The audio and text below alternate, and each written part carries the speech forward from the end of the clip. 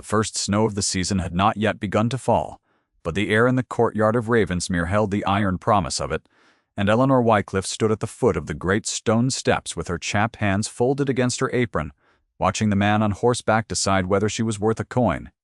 She was 24 years old, a chambermaid in a house that had once owned her family's name as a neighbor, and now owned only her labor, and she had learned that the surest way to remain invisible was to keep her eyes a little lowered and her words entirely behind her teeth. The gentleman had dropped his glove in the mud at the carriage step, and she had retrieved it, and now he held out a shilling between two gloved fingers as though it were a thing that settled all debts between persons of different stations. She did not take it. She curtsied, returned the glove, and said that it had been no trouble at all, and she meant to step back into the servants' passage and be forgotten before the cold worsened. Yet the man did not lower his hand. He looked at her with the particular stillness of someone who has just heard a word spoken in a language he had thought no one here knew, and instead of insisting upon the coin, he asked her name. There was a silence in the courtyard then that did not belong to the weather. The grooms paused at the horses. The footman by the door turned his head a half-inch. A maid did not refuse a gentleman's coin, and a duke did not ask a maid her name. And both things had happened inside the span of a single breath, and Eleanor felt the whole machinery of the house hold still around her as though it, too, were waiting to learn what she would answer. What none of them knew, what she had carried for 3 years like a stone sewn into the hem of a gown, was that the name he was asking for had once hung on a brass plate at a gate not 2 miles from where his horse now stamped, and that the asking of it would cost her far more than any coin she had refused. If you have ever stood in a room where the world had already decided what you were, stay close, because the woman in the plain gray gown was about to be seen, and the seeing would unmake a great many things that had been built to last. Ravensmere had come to the Duke of Aldermont by the death of an uncle he had scarcely known, and Sebastian had taken possession of it in the 3rd week of October, with the air of a man inspecting a debt rather than an inheritance.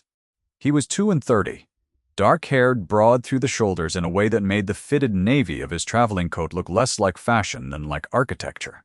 He had not smiled in the hearing of any servant since his arrival. The household had decided he was cold. They said it in the kitchen, and the still room, and the long passage behind the dining hall, said it the way one reports weather, and they were not entirely wrong, for there was a stillness in him that the warmer sort of master did not have. The stillness, though, was not the absence of feeling. It was the great labor of holding feeling down, and only Eleanor, who had her own such labor, recognized the difference, and recognizing it did her no good at all, because recognition was a kind of seeing, and she had trained herself out of seeing. She had not always been a chambermaid. Her father had been Thomas Wycliffe of Marlow Grange, a gentleman of modest land and immodest kindness, and Eleanor had grown up reading Latin she was not supposed to know, and walking the lanes between her father's fields and the river with the freedom of a girl whose worth no one had yet thought to question. Then there had been a bad harvest, and a worse loan, and a fever that took her father in the space of 1 wet February, and the cousin who inherited Marlow Grange had looked at her across her father's coffin and informed her, with the regret of a man discussing the price of grain, that the house could not keep her. She had been 21. The world she had been born into had simply closed its hand and let her fall through, and she had landed, after a year of increasingly narrow circumstances, in service at the house of the neighbor whose lands now touched the lands that had been hers. To the household at Ravensmere she was the quiet maid who never complained and never lingered, and the housekeeper, Mrs. Bram, considered her steady. To herself she was a woman who had learned that the safest place to keep one's history was nowhere a stranger could find it. The coin in the courtyard ought to have been the end of it. A gentleman asks a maid her name, out of idle curiosity. The maid gives some small safe answer. The gentleman forgets her by the time he has reached the fire. That was how such things went. Eleanor, however, had given him no answer at all. She had stood with a refused shilling glinting between them, and said only that she was needed inside, and she had gone, and the going had been a kind of insolence she could not afford, and she knew it before she had reached the second landing. She pressed her back to the cold paneling of the passage, and made herself breathe.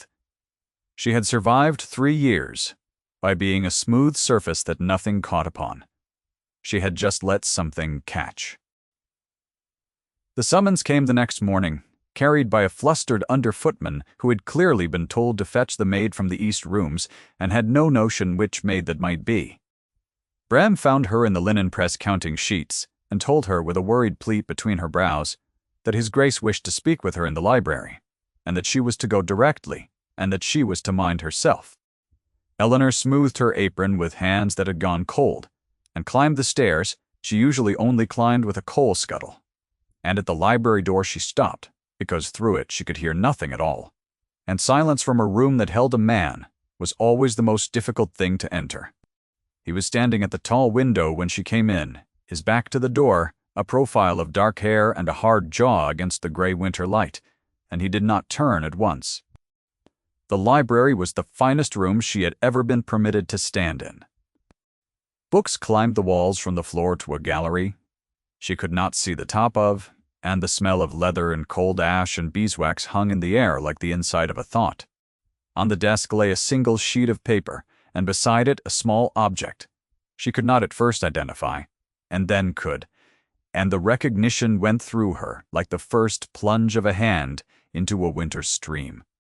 It was a miniature in a worn brass frame, a portrait of a woman with Eleanor's own coloring, and it was her mother's likeness, and she had last seen it in a drawer at Marlow Grange 3 years before, and she had no notion on earth how it had come to be lying on the desk of the Duke of Aldermont. He turned then. He looked at her face, and then at where her eyes had gone, and something in his own expression sharpened, he asked her, in a voice that was low and level and gave nothing away, whether she knew the woman in the portrait. And Eleanor, who had built 3 years of safety out of saying nothing, found that she could not make the lie come. She said that it was her mother. She said that the frame had been her father's, and that the last time she had held it, the house it lived in had still been her home. And she watched the Duke absorb this the way the ground absorbs rain, without visible change, and with everything beneath the surface rearranging itself. He told her after a silence how the miniature had come to him. His uncle, the late Master of Ravensmere, had been an acquirer of distressed estates, and among the papers that had come with the house was a box of items removed from Marlow Grange when its contents were sold to satisfy the loan against it. The Duke had been going through the box. He had found the portrait. He had thought it a fine piece, and had set it out, and then in the courtyard a maid had refused a coin and spoken 6 words in the accent of an educated woman, and he had begun, without yet knowing why, to wonder. He did not say any of this warmly. He said it as a man lays out evidence. At the end of it he was quiet, and he looked at the portrait, and then at her. And he said that she should not be carrying coal in this house. Eleanor told him that she should carry whatever the house required of her, because the house fed and sheltered her, and that she was grateful for the work. It was the correct thing to say, and it was also true, and it was also, both of them understood, not the whole of the matter. He did not press. He returned the miniature to her, pressed it into her cold hand with a weight that was almost ceremonial, and told her she might go.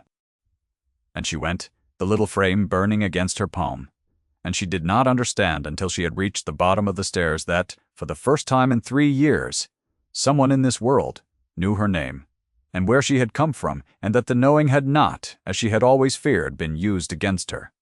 Not yet.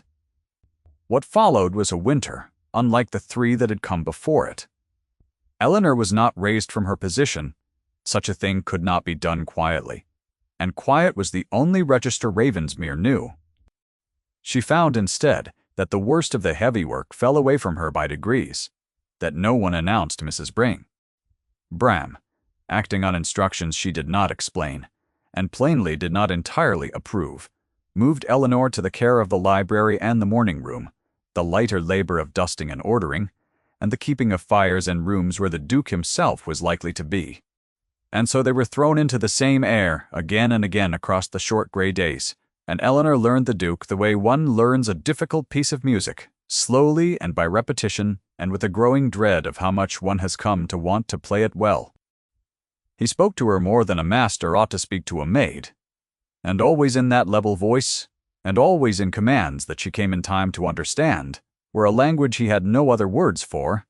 "Sit," he would say, when he found her on her feet at the end of a long afternoon, and she would not, and he would not insist, but he would move the chair a half-foot toward her, as though the matter were settled. "Eat something," he said once when she had gone pale over a high shelf and a tray appeared an hour later by the morning room fire, that no one would admit to having ordered. He asked her about the books. He found that she read Latin and Greek a little, and that she had opinions about the histories on the second gallery that were better informed than his own. And he began in a manner so gradual that neither of them could have named the day it started, to leave volumes out where she would find them with his place marked as though inviting her to disagree. There was an afternoon in November when the household took its true measure of what was happening, though it would have denied that it had noticed anything at all. The Duke's ward had come to Ravensmere with him. A boy of 7, named Henry, the orphaned son of a friend the Duke never spoke of, a quiet child with a stammer that the tutors despaired of, and the household found tiresome. Eleanor had found the boy in the library one wet morning, hiding under the gallery stair with a book he could not read aloud without the words tangling in his mouth, and she had not corrected him, and she had not pitied him. She had sat down on the cold floor beside him in her gray gown and read the difficult passages first, slowly, and then let him read them after her. And she had told him that her own father had stammered as a boy, and grown into a man whom everyone wished to listen to, which was a small kindness she had invented on the spot, but believed in entirely. She did not know that the Duke stood in the gallery above, unseen, and watched her teach his ward to be unafraid of his own voice. She did not know that this was the moment a thing in him that had been clenched for 2 years began, against his will, to open. To the household she remained the maid who did not know her place. Lady Margaret Aldermont, the Duke's aunt and the dowager of the house, had come to Ravensmere for the winter to see her nephew properly settled, and she had taken one look at the quiet gray figure tending the library fire, and understood her at once the way a falcon understands a field mouse. The dowager was a woman of 70, whose entire self had been built upon the certainty that the order of the world was correct, and that her business was to maintain it. She had a niece in mind for the Duke, a Miss Cordelia Pennington, the daughter of a viscount and the possessor of a fortune and a complexion much remarked upon, and the dowager had not traveled the cold roads to Ravensmere to watch her nephew leave books out for a chambermaid. In the privacy of the morning room, with only her own companion to hear, she remarked that the Duke had developed a sentimental weakness for strays, and that the gray little creature in the library was clearly a clever sort, who had calculated her advantage, and that such persons were best removed before they became expensive. A governess and nothing more. She called Eleanor when she called her anything at all, and the word governess was, in her mouth, an accusation. Eleanor heard it. She was meant to hear it, perhaps or perhaps not, but she heard it through the half-open door, and she went on tending the fire with steady hands, and she added the sentence to the long ledger she kept of all the verdicts the world had rendered upon her. She did not weep. Weeping was a luxury of the safe. She knelt at the hearth and built the fire up and told herself the truth. She had told herself in the courtyard that she was a smooth surface, and nothing would catch upon her, and she found with a quiet horror that it was no longer true. Something had caught. She had begun, somewhere in the short gray afternoons, to want a thing she had no business wanting, and the dowager's word governess had landed where it landed precisely because it named the gap between what Eleanor was and what some treacherous chamber of her heart had begun to imagine she might be. Near the middle of that strange winter, Eleanor learned the shape of the Duke's own wound, and she learned it not because he told her, but because she found him at the worst hour of it. It was the night of the anniversary, though she did not know that yet. She had come to the library late to bank the fire, and had thought the room empty, and she had found him in the dark, in the chair by the cold grate, with a folded letter open in his hands, and a stillness about him. That was not the controlled stillness she had grown used to, but a deeper and more terrible kind. He did not send her away. After a long time he told her, in the flat voice of a man reading a sentence already past, that 2 years before he had had a wife, and that she had died bearing a child who had not lived, and that he had been in London at the time, attending to business he had judged more urgent than her confinement, and that he had arrived home to a house already draped in black. The letter in his hands was the last she had written him. A small, ordinary letter, asking only that he come home soon, and he had not come soon enough, and he had carried the not coming soon enough for 2 years, as a thing that could never be set down. Henry was the son of the friend who had ridden through that same winter to fetch the physician and had died of the cold he took on the road. The Duke had taken the boy because the boy was the only living rebuke he could keep near him. He said all of this without self-pity, which made it worse, and Eleanor stood in the dark and did not offer him comfort, because she understood that comfort was not what such a wound wanted. She did the only true thing. She knelt and built the fire, and she stayed, and she let the silence be a thing they held together, rather than a thing he held alone. And when at last she rose to go, he said her given name, Eleanor, for the first time, as though it were a word he had been keeping. I will tell you that I have read a great many stories in which a man's grief is cured by a woman's tenderness, as though it were a fever, and I have always distrusted them. This was not that. His grief was not cured, yet it had been witnessed by someone who asked nothing of it. And a wound that has been witnessed is a different wound than one carried alone in the dark. And that difference, small as it was the whole hinge upon which the rest of this turned.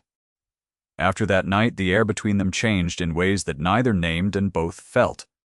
There was an afternoon in the long gallery when he came upon her at the window and stood nearer than he needed to, and neither of them moved away.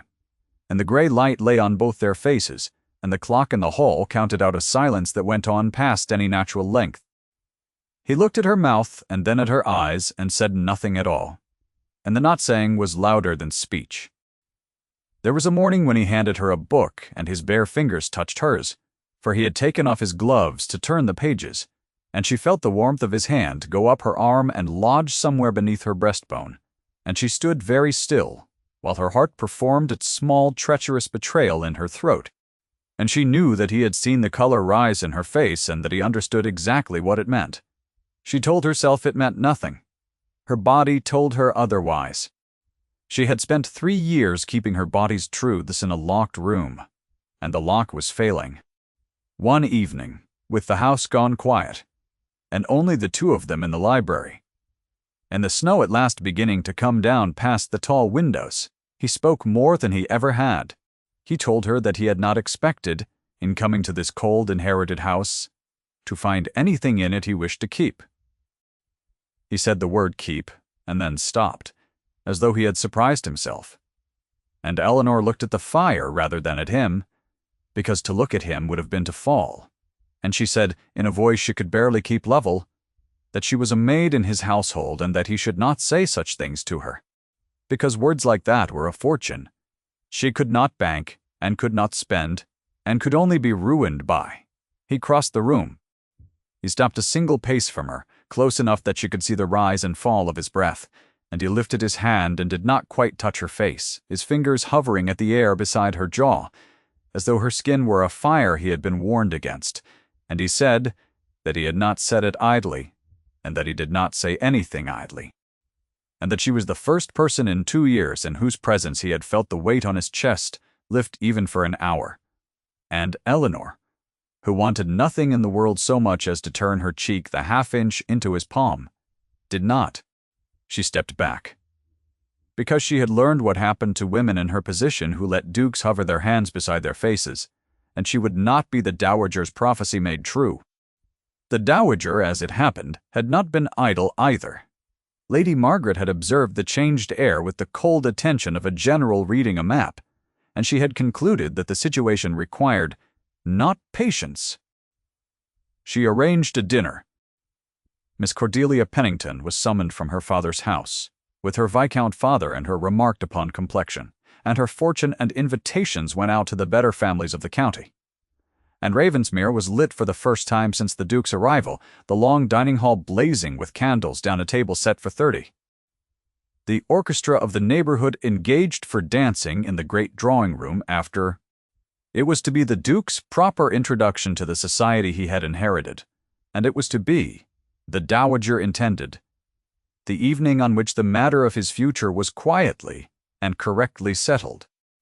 She had also, with a foresight that did her cunning credit, made certain arrangements regarding the maid, for she had learned by the patient questioning of servants who did not know what they revealed, the small fact that the gray girl in the library had once been a Wycliffe of Marlow Grange, and she had decided precisely how that fact would be used. The dinner was the dark moment, though Eleanor did not see its shape until she was inside it. She had been told she was needed to help serve, the household being stretched by the great occasion, and she had dressed in her cleanest gray and carried dishes in the candlelit hall with her eyes lowered, and she had endured the particular humiliation of being invisible in a room where one is also, by a single person, being watched. Miss Pennington was seated at the Duke's right hand, and was everything the Dowager had promised. Bright and accomplished and certain of her welcome. The Duke was correct and cold, and answered when addressed, and offered nothing. And Eleanor, moving along the wall with a dish of pheasant, kept her face still and her hand steady, and told herself she would be back in the linen press within the hour, and this would be a thing she had survived. It was the Dowager who sprang the trap, and she sprang it with the sweetness of a woman performing a kindness. In a lull between courses, in a voice pitched to carry the length of the table, Lady Margaret remarked that it was such a curious thing, was it not, how the wheel of fortune turned, and that they had among them that very evening a living illustration of it. For the young woman serving the pheasant had once been the daughter of the house at Marlow Grange. A gentleman's child before the family's ruin had brought her so low. She said it as wonder. She said it as a moral, and the whole table turned, 30 faces lifting toward the gray figure against the wall, and Eleanor stood holding the dish of pheasant with the candlelight on her burning face, while the woman she had been was held up and exhibited beside the woman she had become, for the entertainment and instruction of the county. Miss Pennington's brows rose in delicate astonishment. A gentleman near the foot of the table murmured something to his neighbor, and the Dowager, satisfied, turned to her nephew with an expression of perfect concern and observed that it was a great pity, was it not, how some persons, having fallen, contrived to attach themselves to those who might raise them, and that one could hardly blame the girl, but one must be watchful, mustn't one, of being made a fool of by a clever creature with a sad history. There it was, spoken a third time, in the most public arena the house possessed, before the assembled judgment of the county. The gray little creature, the clever sort who calculated her advantage, the girl who attached herself. Eleanor set the dish down without spilling it, because her hands had been trained by 3 years to remain steady through anything.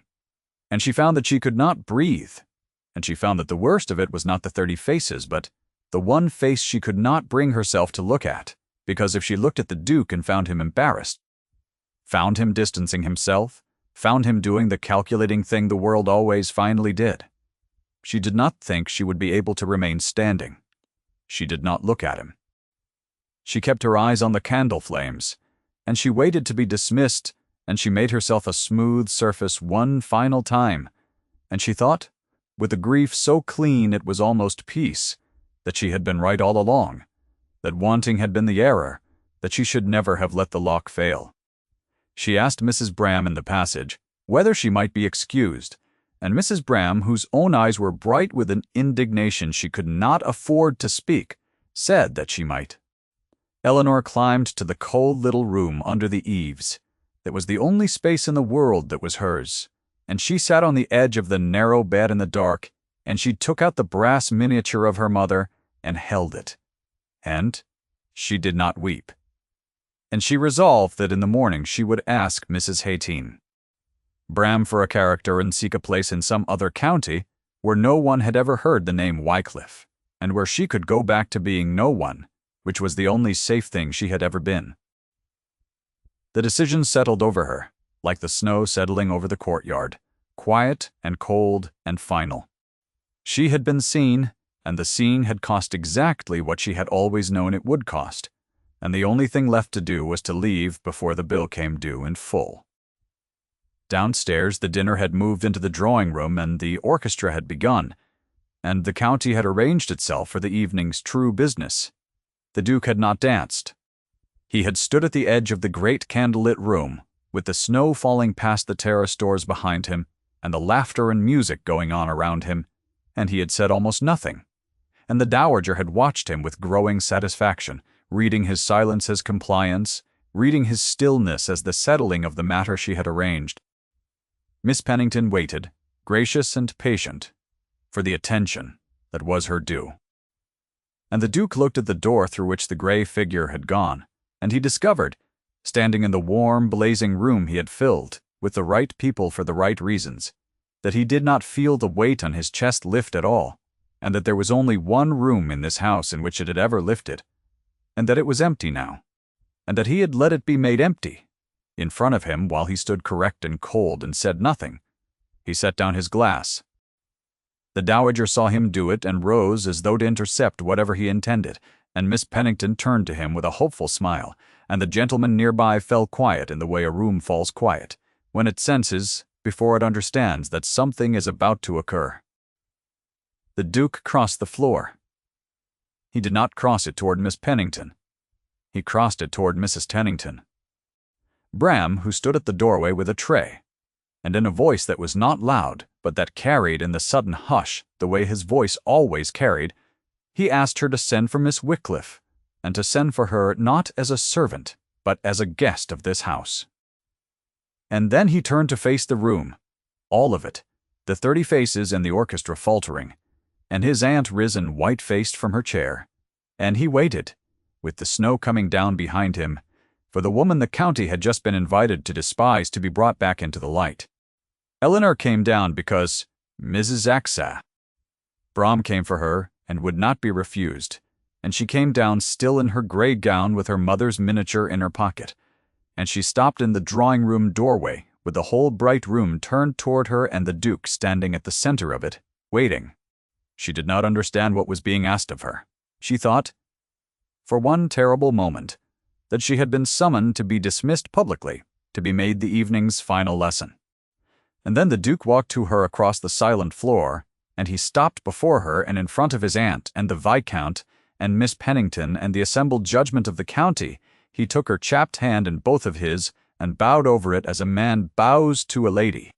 And he straightened and he said, into a silence so complete the snow seemed audible against the glass, that this was the woman he intended to marry.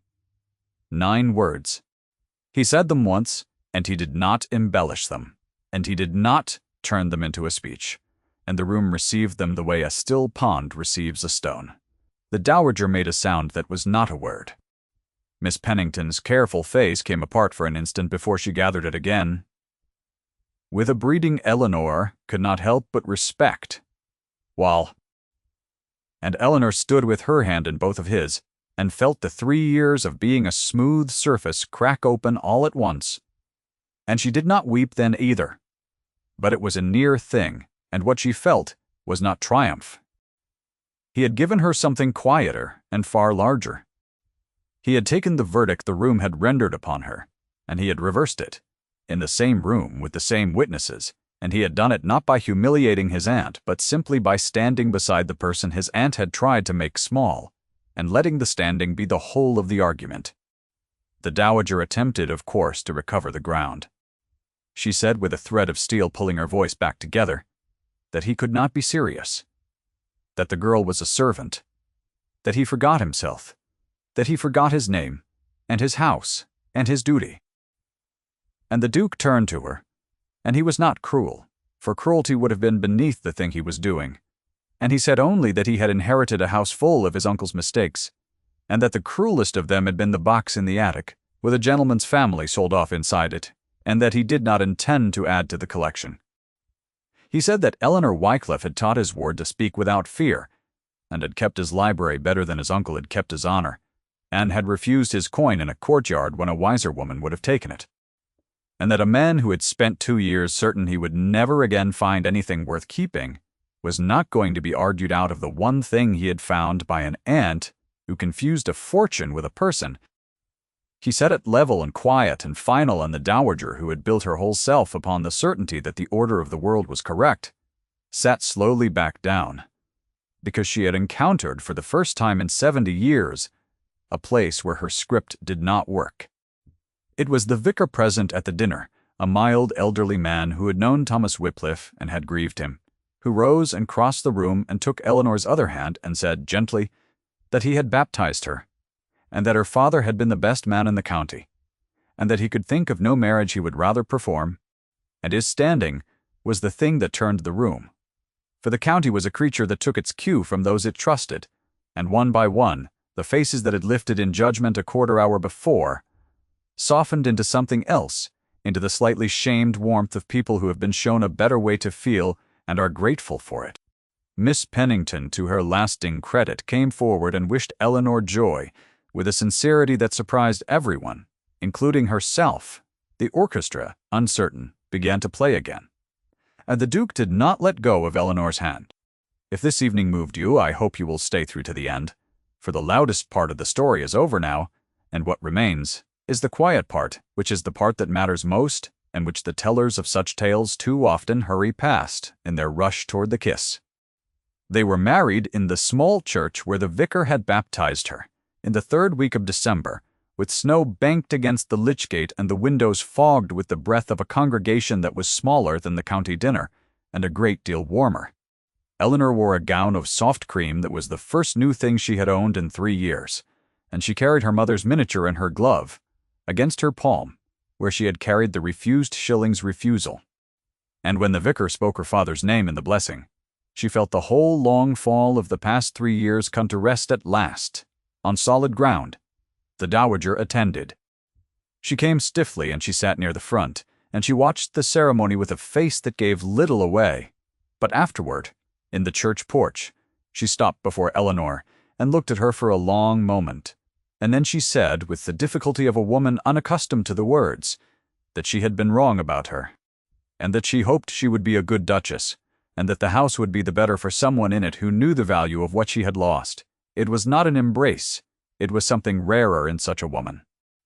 It was a correction, freely offered, and Eleanor took it as it was meant.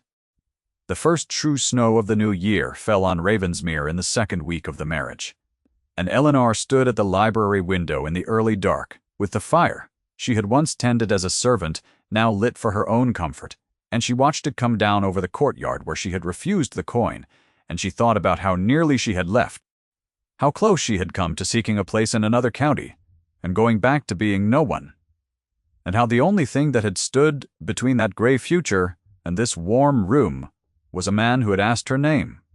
Instead of paying her to disappear, Henry came and stood beside her at the window, the boy who no longer hid under the gallery stair, and he read to her, slowly and without fear, from the book she had first read to him, and his voice did not tangle once.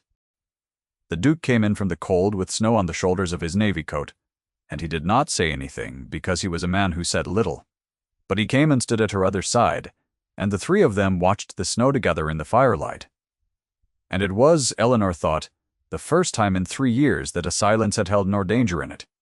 She took the miniature of her mother from her pocket and set it on the library mantel, where it would catch the firelight in the evenings, where it would not be hidden in a drawer or a box in an attic, or sewn like a stone into the hem of a fearful life, but set out in the open in a house that was now her home, in plain sight, the way a thing is kept when one is no longer afraid of being seen.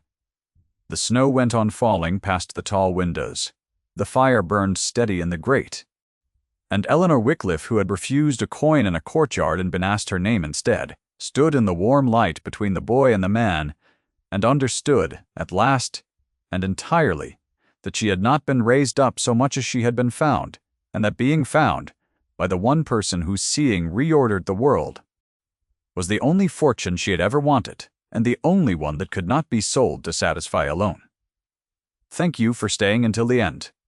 If Eleanor's winter moved you, leave a word below with the moment that stayed with you, and let the fire and the snow keep someone else company tonight, the way they kept her.